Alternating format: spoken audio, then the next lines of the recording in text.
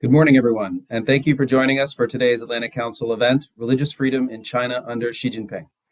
I'm Dave Schulman, Senior Director of the Global China Hub and moderator for our discussion today.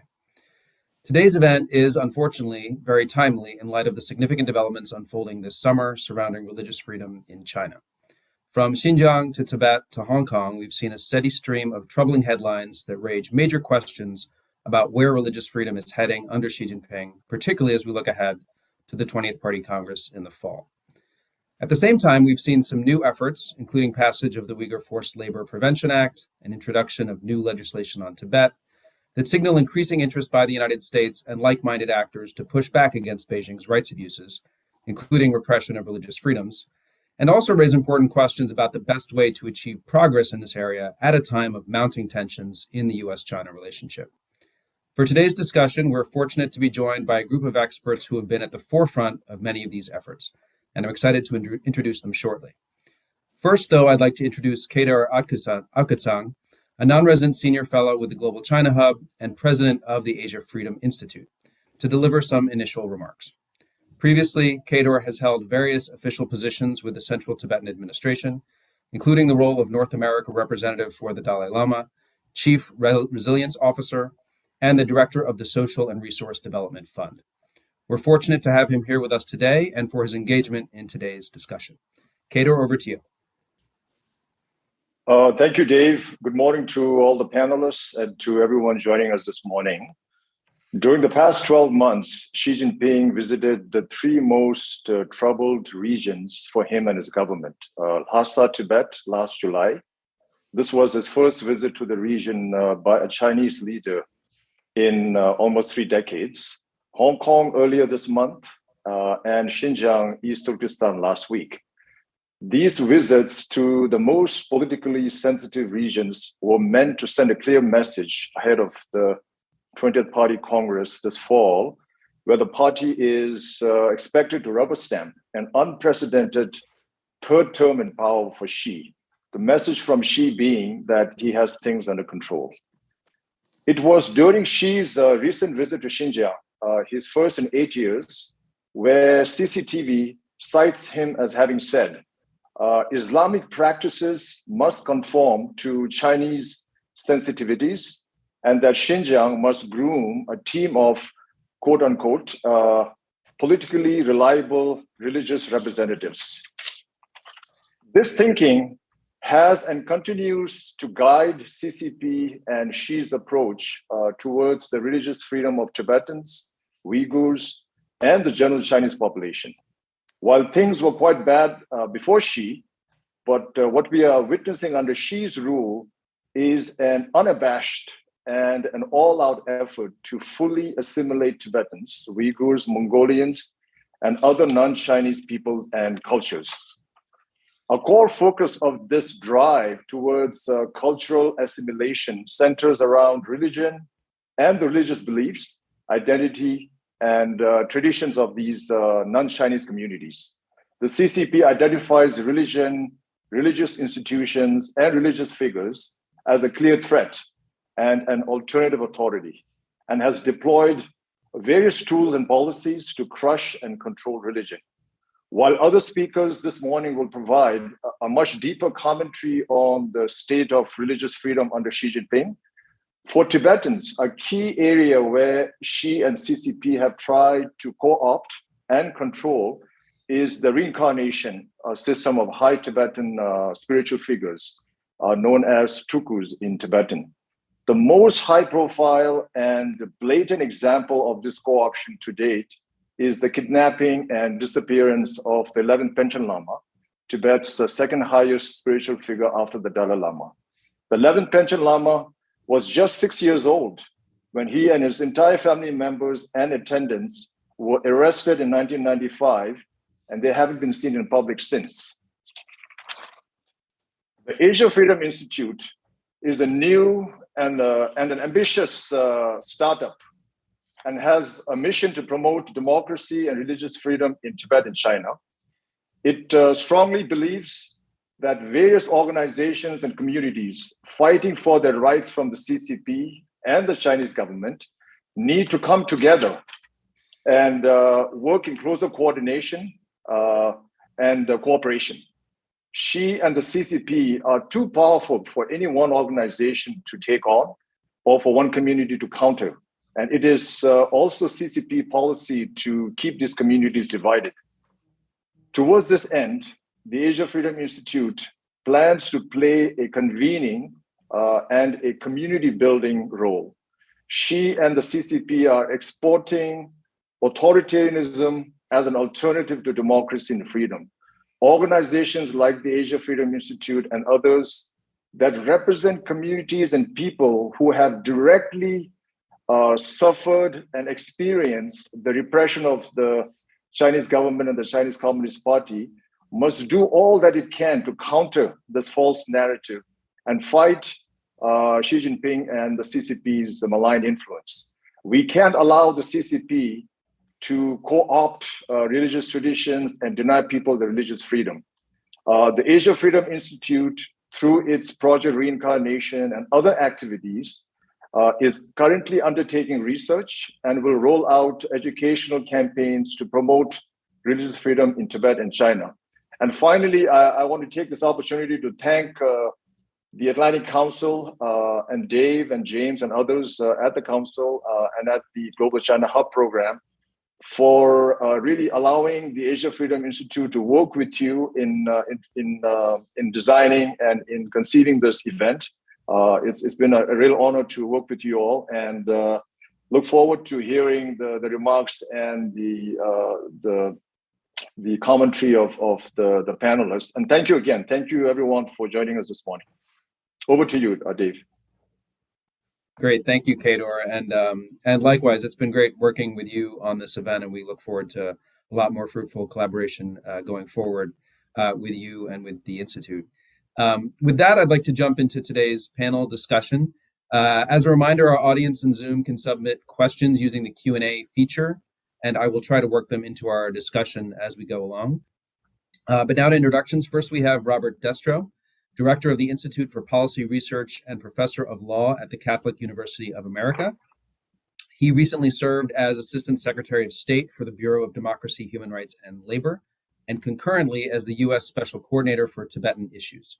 He has a long history as a human rights advocate and civil rights attorney with expertise in elections, employment, and constitutional law. Next, we have Sophie Richardson, China Director at Human Rights Watch.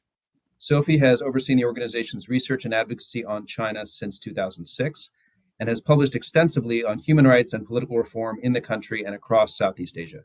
She has testified to the Canadian Parliament, European Parliament, and the United States Senate and House of Representatives.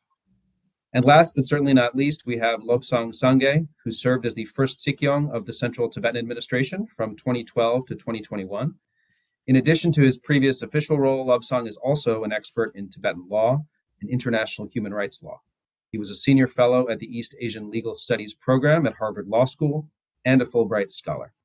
It is an honor to have such a fantastic, distinguished panel with us today. And in the interest of time, I'd like to get things going by asking each of you to offer a few minutes of initial thoughts, and we'll start with Bob.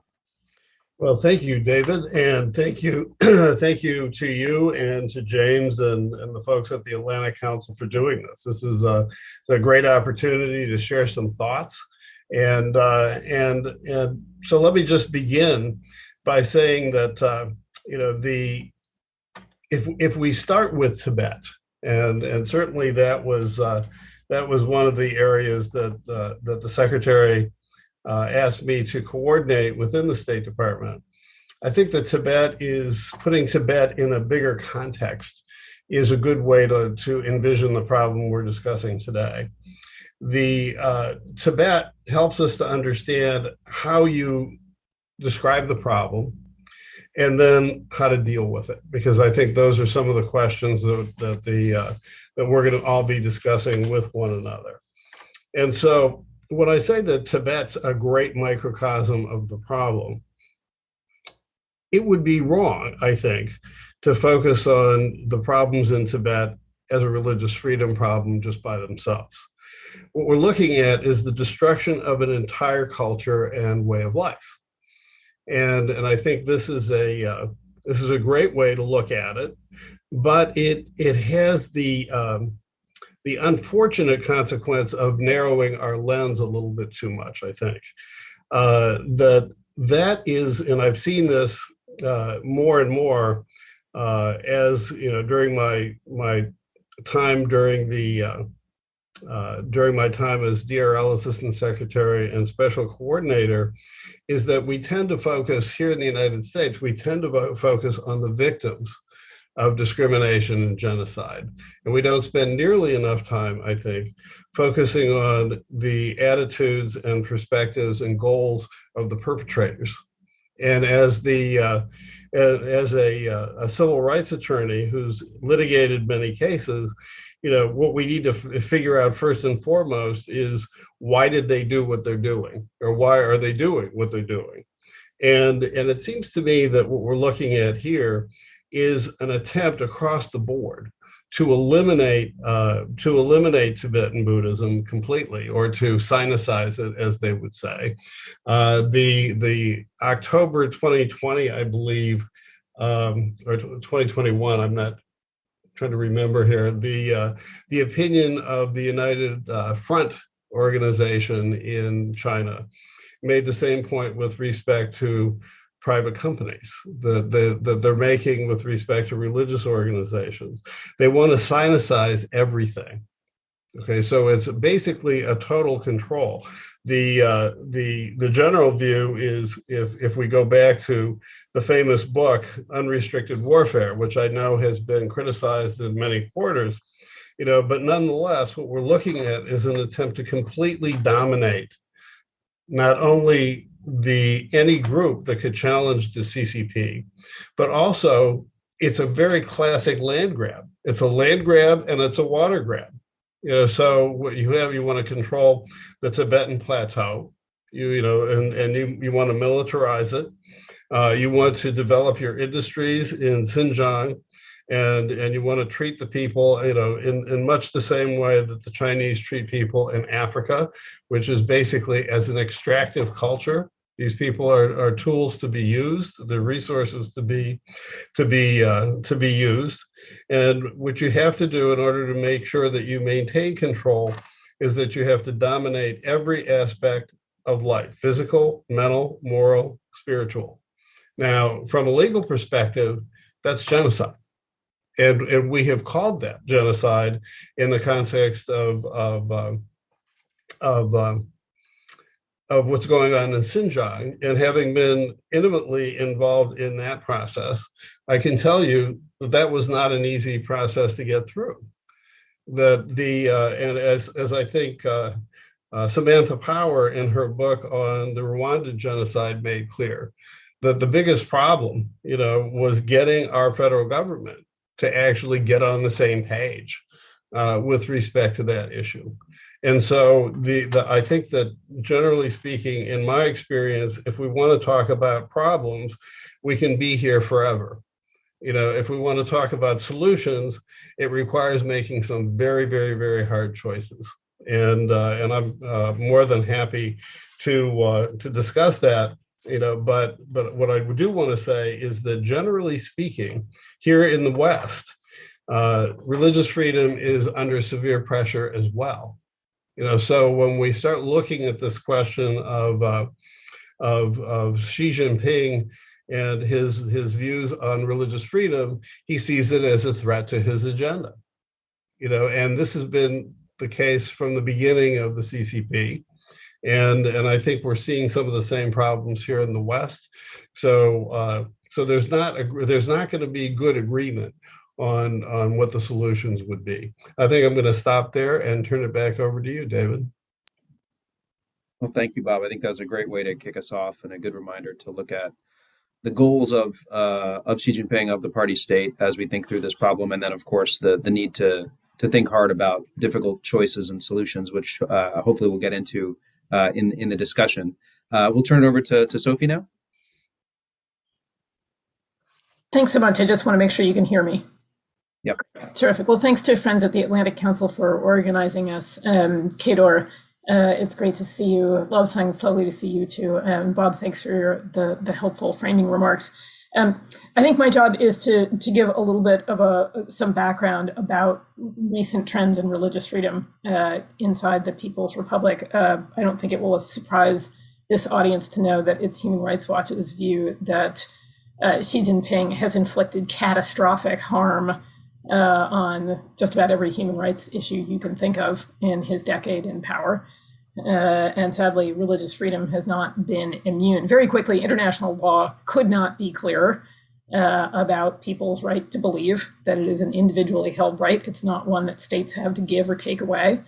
And Chinese law moves fairly swiftly to narrow the right by restricting it on paper to the practice of what it refers to as normal religions, leaving anything that is arbitrarily considered abnormal to potentially be the subject or the object of state repression.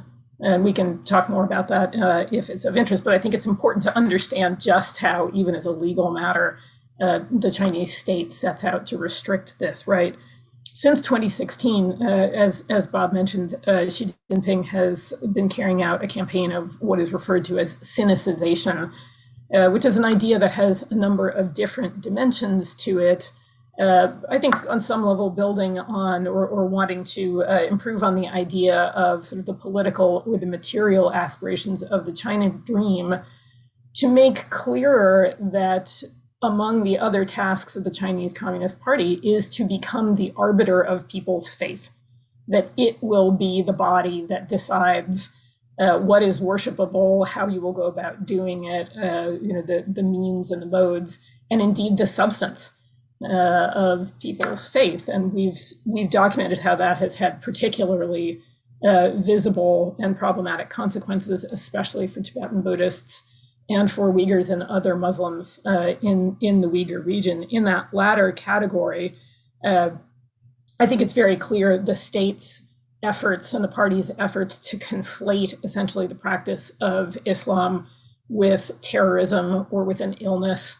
We've seen a significant increase in profoundly dehumanizing rhetoric that's used by authorities to refer to either the practice of Islam across this particular region or imams, other people who are involved in the practice of the faith. And we've documented extremely harsh restrictions, very intrusive, very personal restrictions on people's faith, ranging from what they can wear, which prayers they can say, or even what names they can give their children. I think even we thought we'd hit rock bottom a few years ago when there were actually party directives about certain names being deemed, quote unquote, too Islamic, and obliging some people to actually change their children's names. I think we're all aware of not just the physical destruction of expressions of Islam, bulldozing mosques, for example, or tearing down shrines, but also even placing restrictions on who can go on Hajj and how. That clearly one target of the mass arbitrary detention campaign, which we speak of as crimes against humanity across the region, is to not just break people of their faith, but indeed to erase the faith entirely. Shifting gears a little bit to Tibetan areas, and I, of course, defer to Kedor and to Lobsang-la on this. But there, what we see is dehumanizing and othering rhetoric having increased significantly, particularly with respect to His Holiness the Dalai Lama, but broadly to the faith in general. I think there, in that region, there's a deep drive to make Buddhism subordinate and essentially managed by state agencies, alongside an uptick in, for example, the prosecution of monks and nuns, clear efforts to permanently disrupt the transmission of the faith from teachers to students. This is a core part of Tibetan Buddhism, that relationship between teachers and students, and we've seen that clearly targeted. We can elaborate on all of these points if we like. I think Bob introduced the idea of what we should all do about these problems. And I think there are a couple of different dimensions to talk about. And from our perspective, those include certainly documenting what are clear and grave violations of internationally guaranteed human rights. I think there's work to be done around the preservation of practice, of sites, of texts, of teaching methods. These are intangible and require, I think, a particular kind of protection. I think equally important is the transmission of knowledge and faith within these particular kinds of contexts. We're big fans of accountability, meaning of actually finding ways to investigate and prosecute people for gross human rights violations. And we can come back and talk about what's going on at the Human Rights Council and whether the UN system affords or individual governments afford any opportunities. But I just want to wrap up by referring to what a Chinese official once asked me about or described as what he saw as, these were his words, not mine, the Panchen Lama paradox. I was glad Kedar already gave us an explanation of that the real Panchen Lama, the one respected by Tibetan Buddhists, was kidnapped as a child and hasn't been seen since. And the Chinese government has invested enormous resources over the last several decades in trying to get Tibetans to sort of shift their faith and their adherence to their chosen Panchen Lama, and hasn't worked. Even as the state has invested in this, and even as there's been, in some quarters, a rise in incomes, for example, access to education, information. This seems to actually only have deepened quite a few Tibetans' faith in the original, their chosen Dalai Lama. And I think it's just a powerful statement about how deeply people will maintain their faith, even in the face of extraordinary repression. So I'll stop there, and hopefully that's helpful. Thanks. That's great, Sophie. Thank you. And I think a great taster for our conversation later about solutions around, documenting, preserving, and transmitting knowledge and accountability. So we'll definitely dig in a bit more to those areas. I'll turn over now to Lobsang.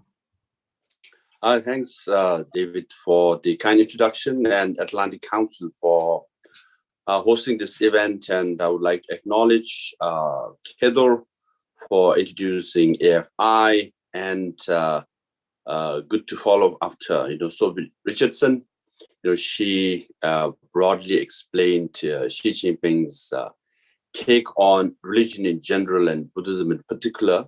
And also glad to see my friend Robert Destro. All are my friends, but I particularly, mention Robert Destro because having been the first person to meet him right after his appointment as the special coordinator on Tibetan issues at the State Department, now I could see he has fully, I don't want to use the word converted, but fully come to our side with by hoisting a Tibetan flag, as a backdrop on his take on today's topic.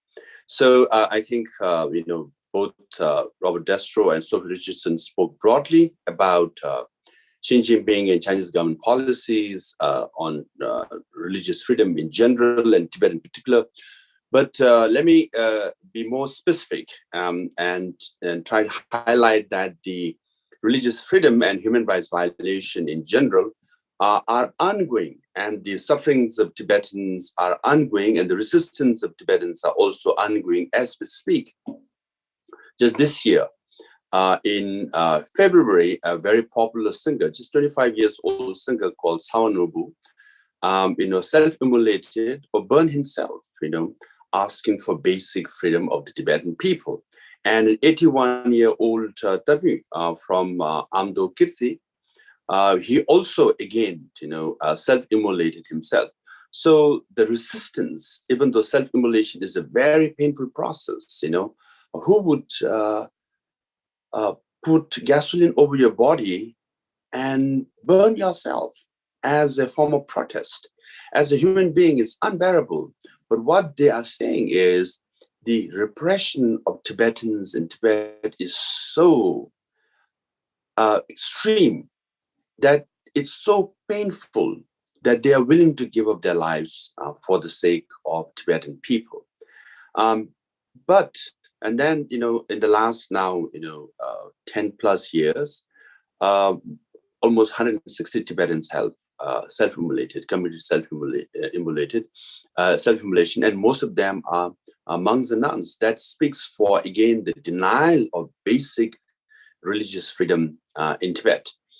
Now, in the context of Sinicization of Buddhism, which Xi Jinping's and Chinese government policy, which was again elaborated both by Robert Destro and Sophie Richardson and Kedor as well, at a ground level, let me give you an example. Just this year, a few months ago, 99 feet high statue of Buddha was demolished at a village. 30 feet Maitreya Buddha is the future Buddha, was demolished again.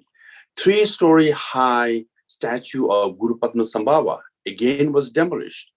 45 prayer wheels, which we have in all the monasteries when you circumambulate or go around clockwise around monastery, which are used basic prayer wheels. These are physically destroyed, and most of them at a place called Tango. So the Sinicization of Buddhism at a policy level says something. Of course, there's a sinister design, but at a grassroots level, this kind of physical destruction of statue of Buddha, and even prayer wheels, it speaks for how extreme and how the repressive the policies of the Chinese government are, and to the extent that Tibetans are committing self-immolation and burning themselves. Now, other aspect of control that the Chinese government is trying to do begin, which Sophie and others also mentioned, about the reincarnation process. Now, Chinese government wants to control over the reincarnation process, and they have already put a policy in place. In 2007, they issued a document number 5, and which essentially said, if anyone wants to claim to be a reincarnated Lama, you have to register at the local party office, or if you are a higher Lama, you can register at the state level or regional level, and if you are one of the highest one, you will be accorded a certification by the national level. So, first of all, it's an ironic that a communist party decides who this spiritual, higher being or a spiritual leader is. And in 2007, when it started, they started with around 300 or so reincarnated Lama. But interestingly, in 2017, the registration, April of 2017, registration was of 600 high Lamas, reincarnated Lamas.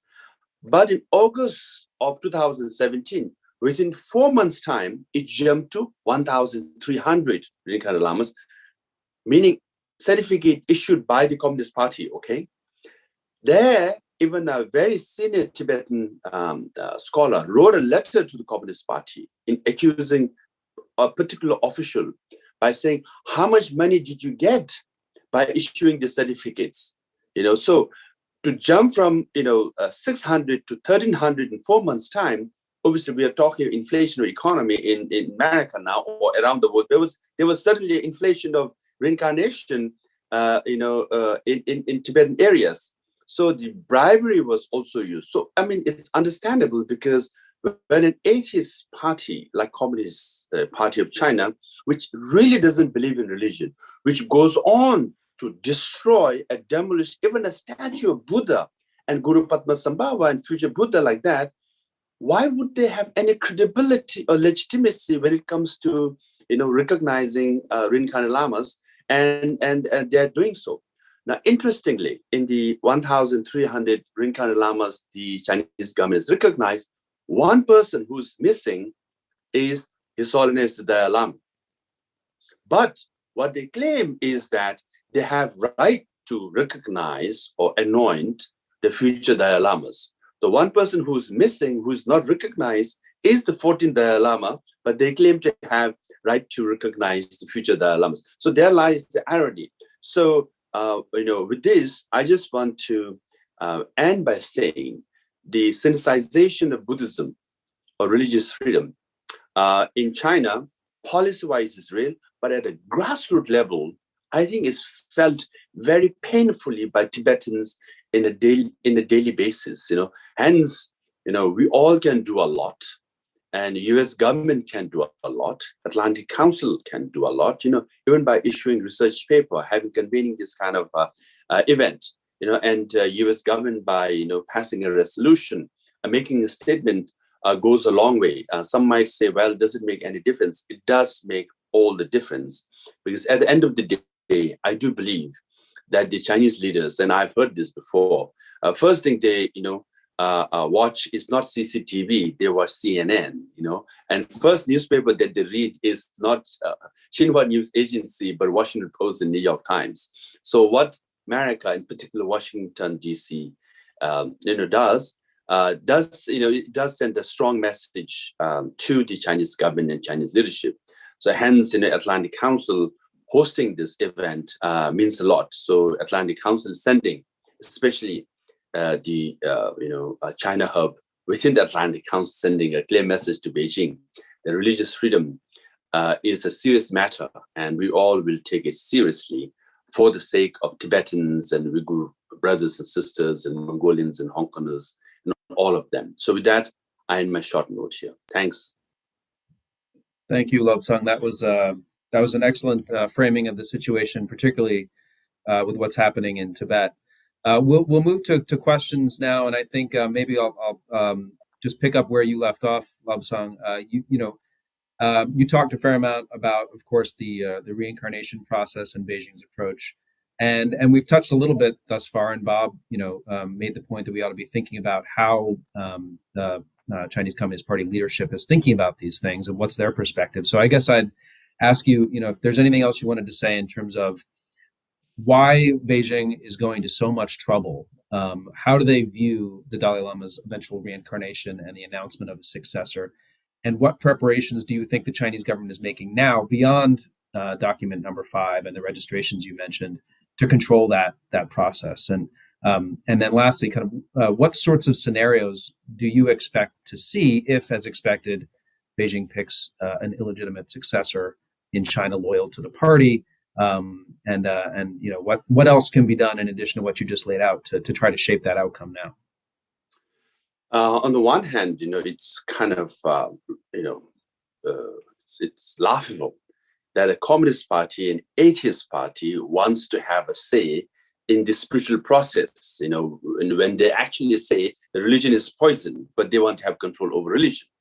On the other hand, whatever they do, we have to take it very seriously. Because they have a plan all the time. For example, Tibet was an independent country, okay? It was occupied. We all believe that. But there are many people in the world over 60 years believe Tibet was always part of China through believing or subscribing to the Chinese government propaganda. So we must take this reincarnation also very seriously. Obviously, they have a plan. I'm sure they have formed a committee.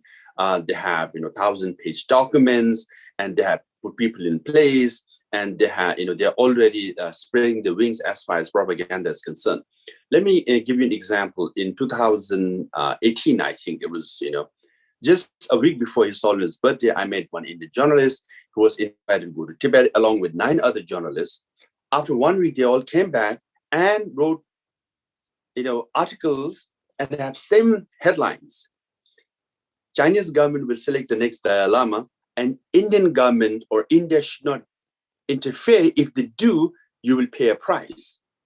Now, when they invite 9 journalists from India, go to Tibet for a week and come back with the same headlines, means their propaganda machinery is so effective that they actually are sending a message to India. Thereby now, India is one of the largest, populated country in Asia. It's clearly, what we call of equal stature and rival to China. When China dares send that kind of message to India, can you imagine what kind of message they're able to send to the rest of the world, all the small countries? And I'm sure they're able to convince, not by choice, but by force, to subscribe to or buy their narrative as far as reincarnation is concerned. Here, Robert Destro also has an opinion where Vatican has also has kind of secret agreement, and which is up for renewal soon, where they have agreed on the selection of bishop with the Communist Party of China. Essentially, Communist Party of China will select a bishop, and Vatican agree with it, and that bishop will go on teaching or preaching, Christian scriptures to Catholic followers in China. I mean, when they're able to convince Vatican to come to that kind of agreement, this is a serious matter, So we all should talk about it. We all should write about it, and government should speak about it, pass resolutions, statements, and make laws about it, so that that the Chinese government, will be diluted in their efforts when it comes to reincarnation. Yeah, I would invite anyone else on our panel who wants to chime in, not just on the initial question around the reincarnation process, but the broader points that Lobsang just made about China's policies on religion and how they fit into this broader context of its growing global influence on individual countries and their approach to rights in China and also inside their own countries. Maybe Sophie, go ahead. Well, just a couple of quick thoughts. I mean, first of all, it's very disturbing to see, for example, the Chinese government reach out into other countries and try to repress religious freedom there. We've seen this with respect, for example, to Falun Gong practitioners in, I think, Vietnam and in Indonesia. But flip that around, it's also been very disturbing to see, for example, people from faith communities from other countries be taken on propaganda tours to, for example, the Uyghur region or to Tibetan areas, so that the Chinese government can then say, look at all this global support that we've got on these kinds of issues. But on the succession issue in particular, I endorse a lot of what Lobsang La has just said. I think I think we are heading for a reality in which there are going to be two Dalai Lamas. There's going to be the one that Beijing picked, and then there's the one that Tibetans pick. And it's the latter that will have legitimacy. I think it's key right now for the governments that are concerned about this reality, not only to be doing all they can and availing themselves of every opportunity to show their support for the Tibetans, for His Holiness, for the process as the Tibetan community sees it. And by that, I mean, go visit, get on planes, go to Dharamsala, but also that we'd like to see governments starting to come together now for a collective expression of support for the choice of the Tibetan community. And that shouldn't just be sort of the usual suspects who speak out about religious freedom, but rather, all of the governments that, for example, have Buddhist populations who will be concerned about what's happening to the faith broadly. And we often hear from governments that we should not just talk to the US or the EU, et cetera, but rather build out broader coalitions. Well, here's one waiting to happen, I think, and it's just some diplomatic legwork. And hats off to the Undersecretary Zaya for having gone to Dharamsala, and I think started this and continued on work that previous administrations had put in place. I think there's a lot more to be done in building out that kind of visible support. Great. If I can add a couple of things here. I think we need to do more than show our support for the Tibetan community. I think at a minimum, we need to accept the proposition, I think, that there's going to be two Dalai Lamas. I mean, I think that's a given. The question is, what do we do next? And if you really think about it, and I'm quoting now from the United Front directive that was given in 2020, the idea of Silentization is, quote, integrating the party's leadership into all aspects of corporate governance, unquote. So basically, the party runs the church, when I went to Rome and spoke at great length with folks in the Vatican about the Chinese agreement with the church. The response is, generally speaking, look, we've seen this play before. Over the history, even certainly before, from the time of Constantine forward,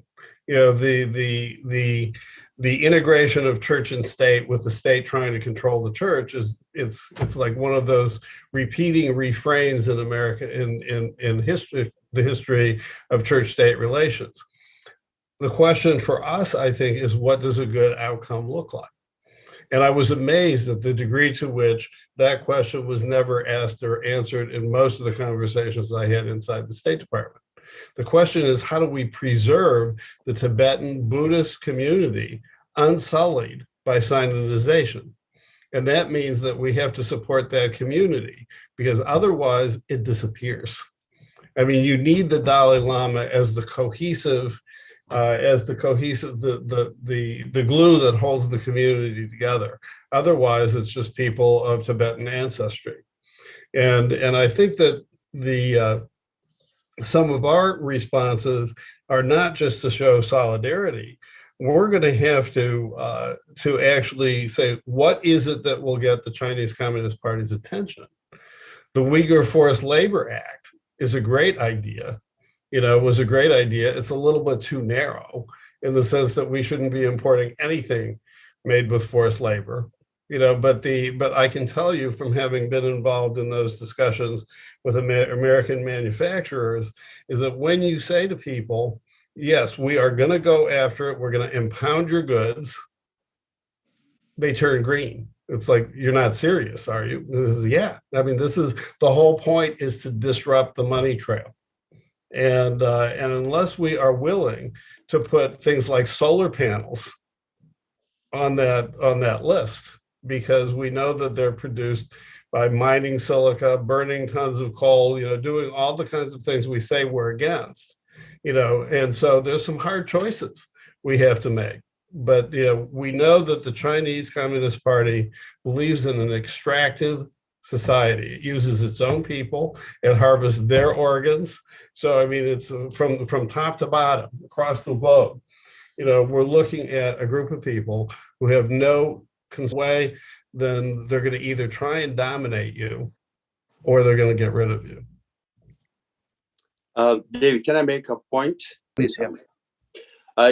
Now specifically to Buddhism and reincarnation, I think we all should, Washington and Europe, all the like-minded democratic countries should take it seriously. Essentially, this is a conflict between, two philosophy of dictator-led, governments, or, autocrat-led governments, or democracy-led governments, right?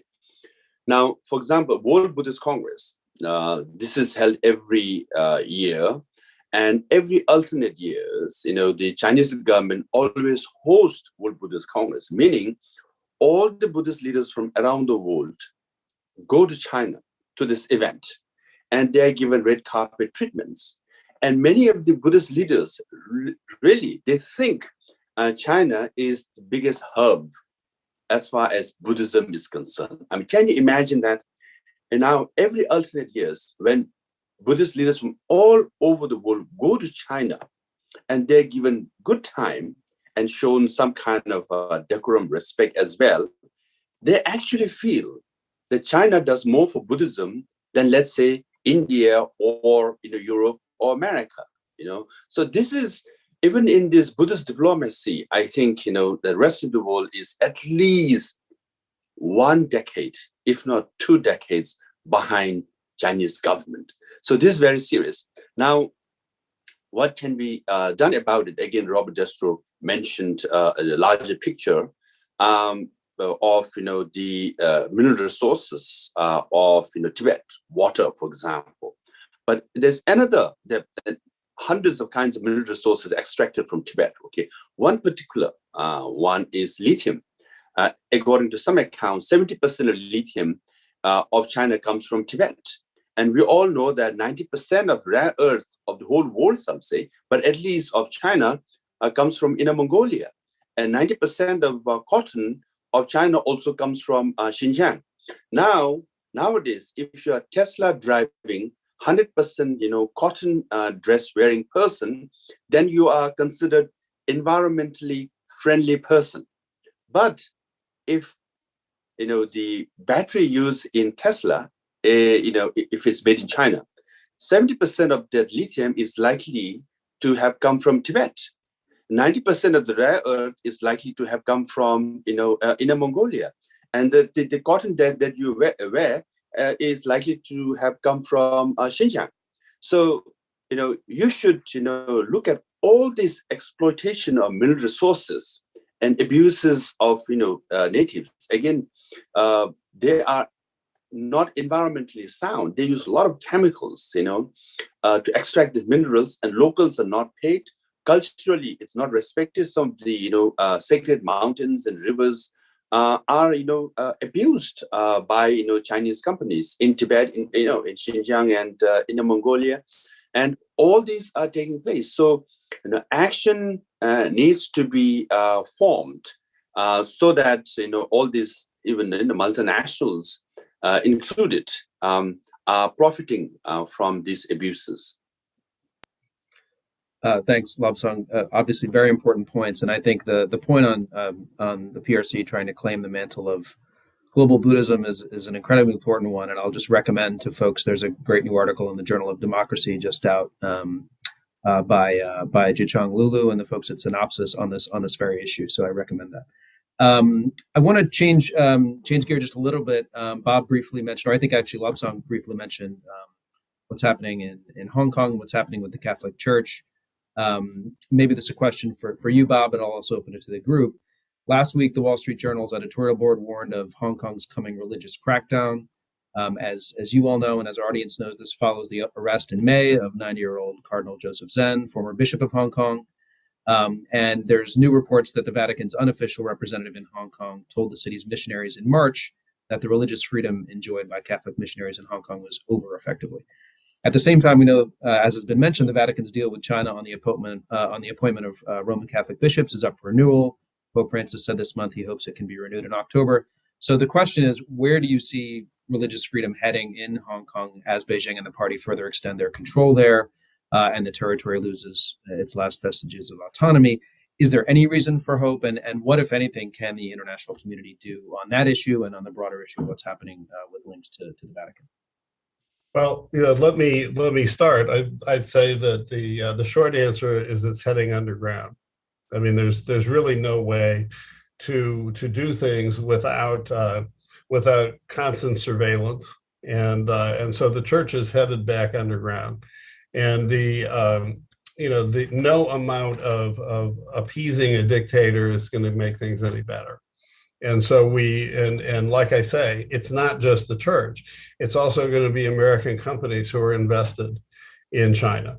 And so we need to understand that this is not going to go away. It's just going to get more pervasive. Secondly, I think on the question of what do we do about it, I think one of the things that was probably the biggest eye-opener for me when I was at State, because I actually asked the question early in my term as Assistant Secretary, what are we doing in Hong Kong? And the answer I got back from the staff was, that's too sensitive to talk about. And I said, wait a minute, I'm the one who signs the checks. What do you mean it's too sensitive? And the answer is, well, it's very sensitive. And we got into what turned into a rather protracted dispute over my access and then public access to information about where the United States government is spending its foreign assistance money. And so if you want to know exactly what we are doing, you have to check the money side. There's the policy side and there's the money side.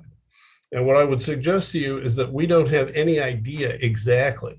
Well, you'll get a few high profile cases, like the rescinding of the country of particular concern for Nigeria. And again, it's the push and pull of realpolitik is not only, it's why we never really got around to recognizing the Holocaust when it was happening, or why we missed the Arab Spring. All of these things are related to, foreign policy by bureaucracy. And that's why I would say, don't rely on the government. Let's figure out how we can support the Tibetan Buddhist community in maintaining itself. I mean, and by getting behind whoever is chosen in the legitimate way as the next Dalai Lama, that's the place to start. And then we can start directing resources and getting some sunshine on what we're actually doing. Great, thank you, Bob. If no other comments on that, maybe I'll turn to Sophie to ask a question on Xinjiang. As has already been mentioned, Xi made his first visit to Xinjiang since 2014 last week. The trip in 2014 was the one after which we now know he set in motion mass detention and a series of policies adding up to genocide and crimes against humanity, as we've discussed. On last week's trip, he emphasized the importance of ethnic unity, touted the party's success in restoring stability in the region, took photos with smiling Uyghurs, and so forth. All, of course, covered in depth by state media. So the question is, what was he trying to signal with the trip? Does this suggest, as we've discussed a bit already, and as Radio Free Asia reported, that there's a new emphasis perhaps on assimilation of Uyghurs or even more aggressive sinicization than we've seen in the past? And do we expect kind of a next phase of what China's been doing in Xinjiang to unfold in the months ahead? Thanks. I think there were a couple of different agendas, although I certainly am interested in hearing other people's thoughts. First of all, I think it was excruciating to watch, especially for people around the world who don't know what's happened to their family members. I think watching him visit, and get that kind of coverage, but also to see these, really grotesquely choreographed, tokenized interactions with people, dancing, singing, performing, is incredibly painful for a lot of communities around the world. I think he's mostly signaling to a domestic audience, particularly in the run-up to the 20th Party Congress in November, that everything is under control in the region, that everything's fine, that it is peaceful, it is stable, that economic development has been secured, all of the sort of propagandistic markers. I think to a lesser extent, it is laying a bit of groundwork for the hopefully soon release of the UN High Commissioner for Human Rights report about Xinjiang, which I think will say something rather different to what Chinese state media just said about the situation during Xi's trip. But I think, it was also a way of saying, yes, as I forget whether it was Bob or Lopsang who pointed out that there have also been trips to Tibetan areas and to Hong Kong, as a way of putting his stamp on those places as they currently are, on the policies, to say, this is the new normal. And I think that's a very chilling reality, because the new normal is one of profound state repression, forced assimilation, and the wholesale erasure of languages, religions, cultures. Yeah, I think a follow-on to that, a question for you and for the group would be, as you mentioned, we have this reports that China's pressuring the UN to halt the release of that report on human rights in Xinjiang. We had the much criticized visit from High Commissioner for Human Rights, Michelle Bachelet, after her trip to Xinjiang. So in light of all these developments, the broader question is, I think, on the role of the United Nations and what we can expect going forward or not in terms of advocacy for religious freedom in China, and what recommendations the panelists would make to Bachelet before she leaves her position next month, but more importantly, perhaps what we'd like to see from her successor. So maybe Sophie, if you have any thoughts on that, and we'll open to the group. Sure, I'll start off. First of all, I think the leaked draft, which I think we can reasonably assume did in fact originate in the Chinese Foreign Ministry, was perhaps the least surprising exclusive news ever. It's entirely consistent with Beijing's pathology to not just fail to cooperate with UN human rights mechanisms, but to actively undermine them. And you'll see that statement involved language saying that, for example, that the High Commissioner was operating beyond her mandate and in tension with core UN norms. That's patently not true. But this is a government that sinks enormous resources into trying to shut down these kinds of mechanisms and to remake this system entirely. Look, typically when the world decides that governments are committing atrocity crimes, the pathways to investigations and accountability typically run through different kinds of UN mechanisms. This is a slightly more complicated proposition, simply given the Chinese government's power in the world. I would argue that it's that much more important to make these mechanisms work in the face of a powerful state trying to thwart them. And so what we certainly hope to hear out of this report and going forward is the call for exactly the kind of formal investigation, that tick on down the list, Myanmar, Yemen, Syria, Venezuela, has been sort of the first official effort towards an investigation that would then make recommendations for different kinds of accountability proceedings. And, while we expect, at least obviously this report is meant to be specifically about gross human rights violations in the region, it is also, I think, incredibly important for the many and different communities the Chinese government has harmed, including Tibetans, including people in Hong Kong, including people who worship in underground churches because they can't worship overtly.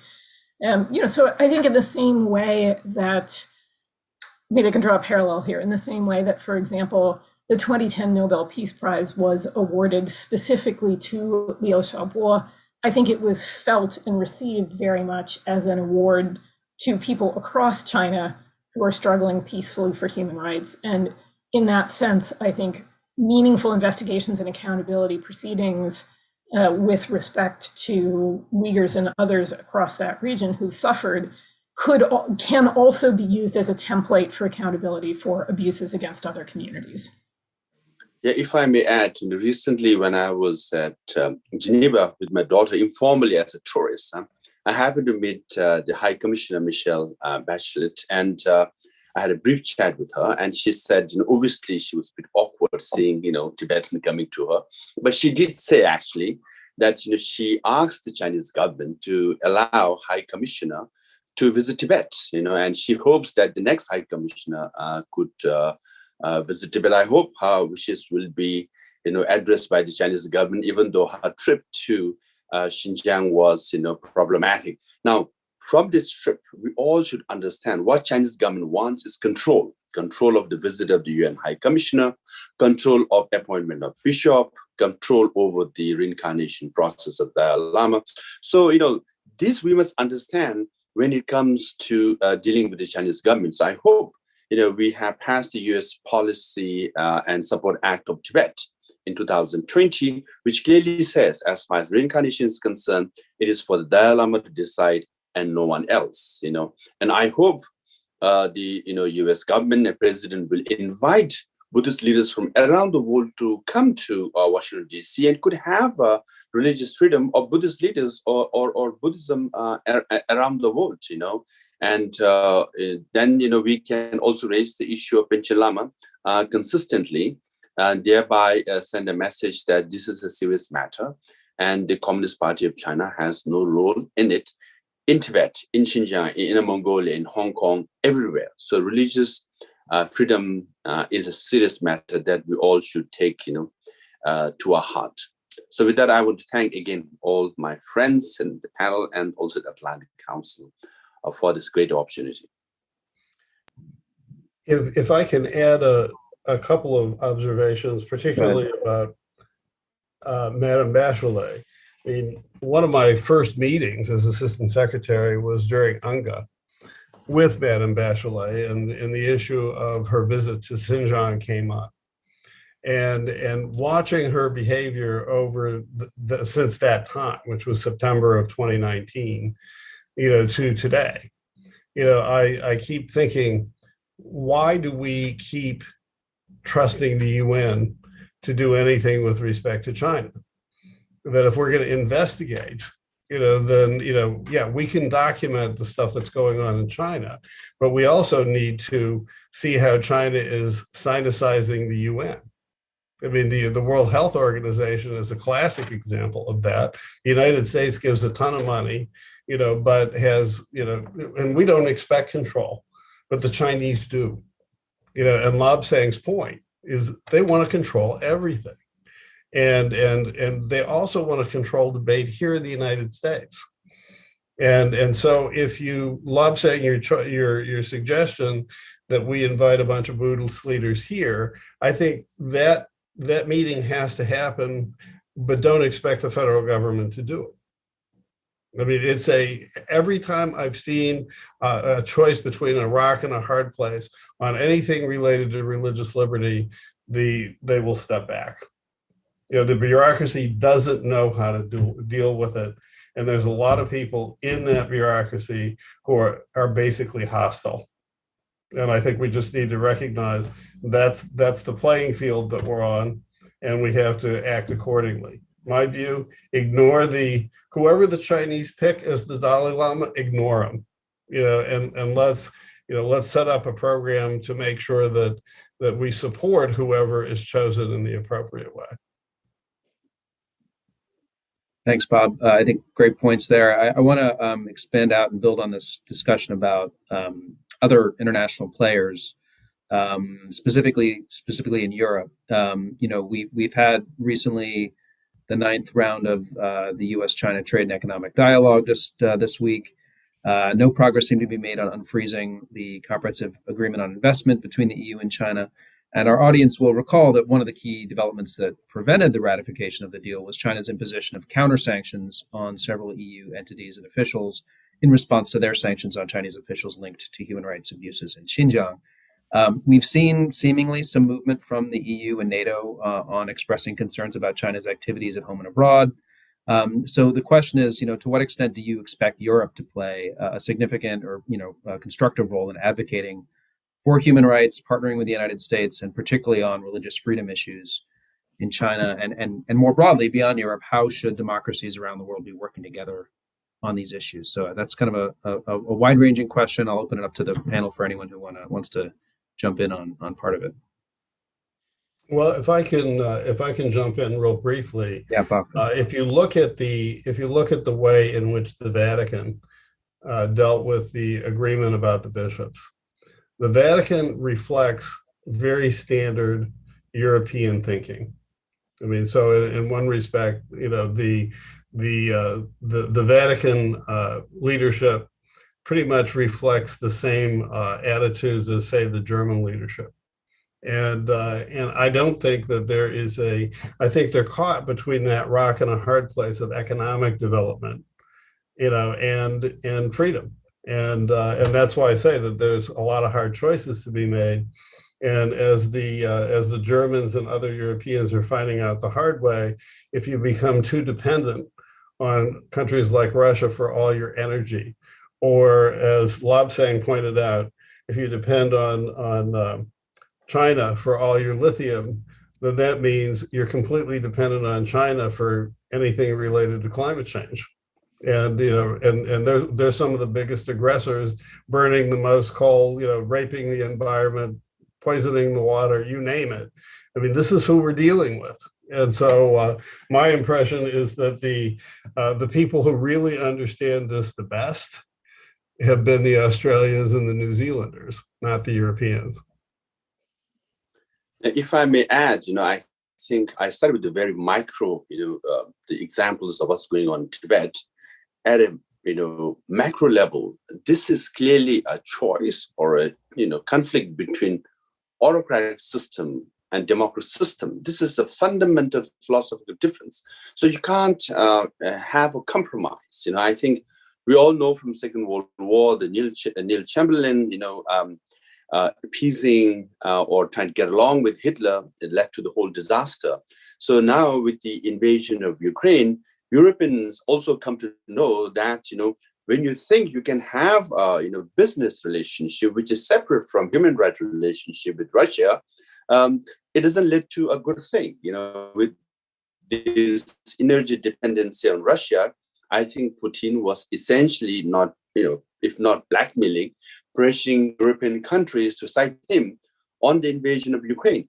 So this is a clear choice. So I think, if you expect UN to do something, we know from the Uyghur resolution, I think they've got some 41 or so countries supporting a resolution about human rights violation in Xinjiang, where majority of the countries, including many Arab countries, supported the Chinese version that there is no human rights violation of such scale in Xinjiang.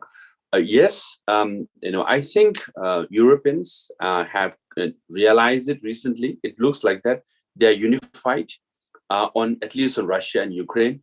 I hope they will take this and broaden it into thinking that China also, as far as religious freedom and basic human rights and is concerned, is a challenge to Europe as well. So like-minded democratic countries should all come together and be the force of good. Dave, maybe I could just add to that, if you look at, for example, some of the most recent joint statements delivered either at the General Assembly or the Human Rights Council on, that are fairly specifically about Xinjiang, but more broadly about China. Most of the, at least Middle and Northern European states are consistent members of those, and indeed have driven on some of them and on some of the other international activity. I think there's some interesting changes in some governments. For example, in the new German government, I think we're hearing much tougher rhetoric out of the foreign minister and out of the chancellor than we had in a while. I think some of the more interesting changes are actually within the economy ministry, where you may have seen a few weeks ago that it declined to extend insurance to an unnamed German company operating in China. I think we all know, or can reasonably guess who that was. And that was really on human rights related grounds. And I think that might signal an interesting trend. To me, one of the key missing blocks is not just some of the Southern European states that I think have a whole different level of economic dependency on China, but it would be really good to see some of the Asian democracies joining these initiatives too. Japan has signed a couple of the statements, but it has still been a somewhat tentative player on these issues. India has joined at least one. And obviously, Lobsang Kedar can say a lot more about India's relationship on Tibet issues than I can. But South Korea, there are other players, Indonesia, who ought to be, I think, mobilized to be part of these kinds of coalitions. Yeah, thank you. I think that's a really important point, to look to Asia as well as to Europe for partners in this effort. I want to turn to an audience question, which I think is a kind of a macro question, but thought provoking. And it's if things would have been different across some of these issues we've been discussing on religious freedom, if someone other than Xi Jinping had been selected to lead way back in 2012.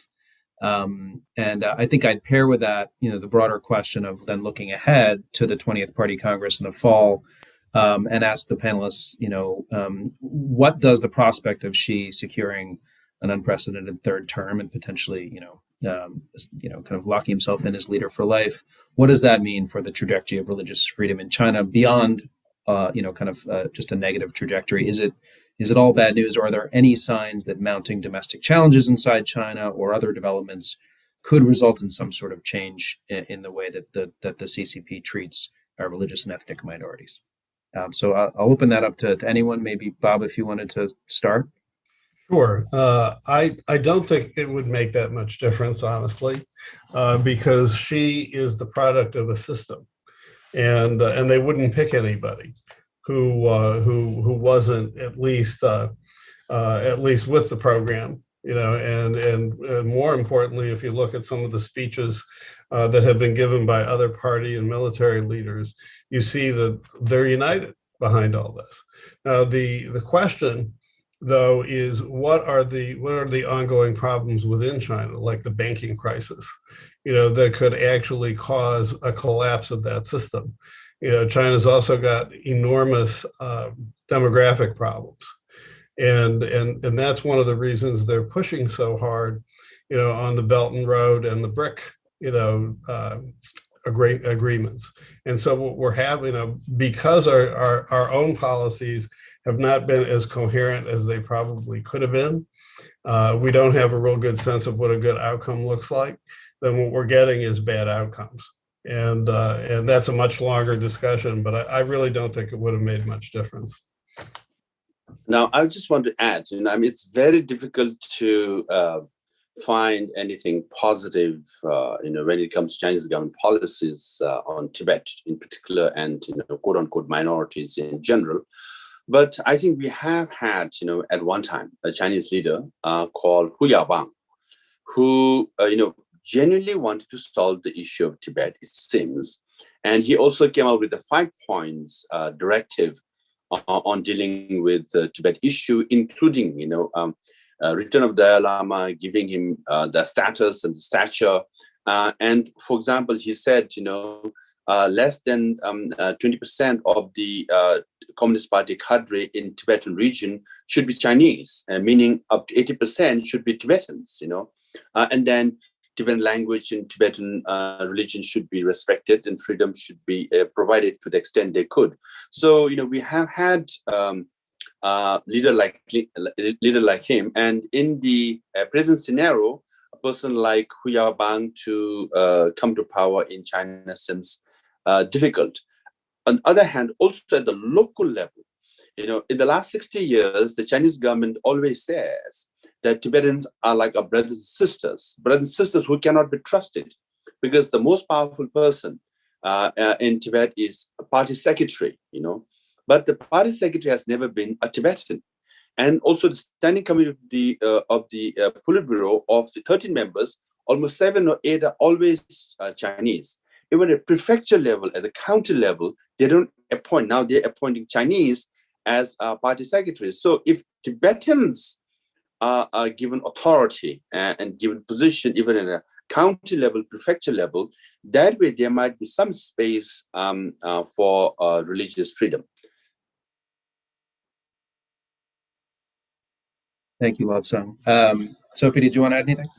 Only just to say, on the how much is it Xi Jinping as an individual, or could it have been different? I certainly agree with Bob that there's a clear system and a hierarchy that values certain characteristics, but I think we don't know. It's hard to think back to who the choices were at the time, and the circumstances were so different.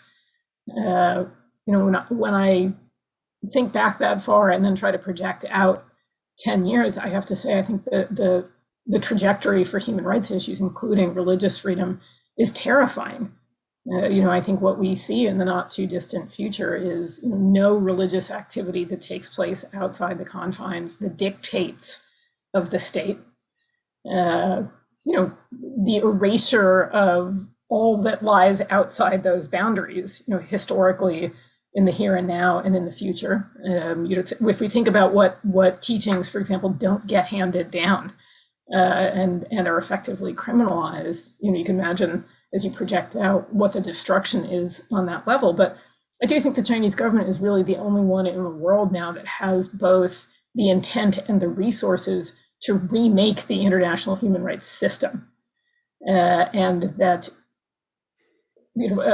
challenging that is an urgent priority, because the trends aren't just problematic domestically. I think they're problematic globally, and so there's, I think, a lot of work to be done trying to think of ways of imposing a price for these kinds of abuses. Thank you, Sophie. Yeah, I couldn't agree more. Remarkably, we are already at time. I want to thank our fantastic panel for a really deep discussion ranging across all these important issues of religious freedom in Tibet and Xinjiang and Hong Kong and elsewhere, and also digging into what can be done about it. Not just talking about the problem, but talking about where we can still find some room for optimism and for shaping things to come, despite the trends that we're watching inside China. So I want to thank our panel. I want to thank Kedor as well. And our audience for joining us and throwing out some good questions. Thank you all very much. The Atlantic Council and the Global China Hub will continue to be focused on these issues, so stay tuned. And I wish you all a pleasant rest of your day. Thank you. Thank you.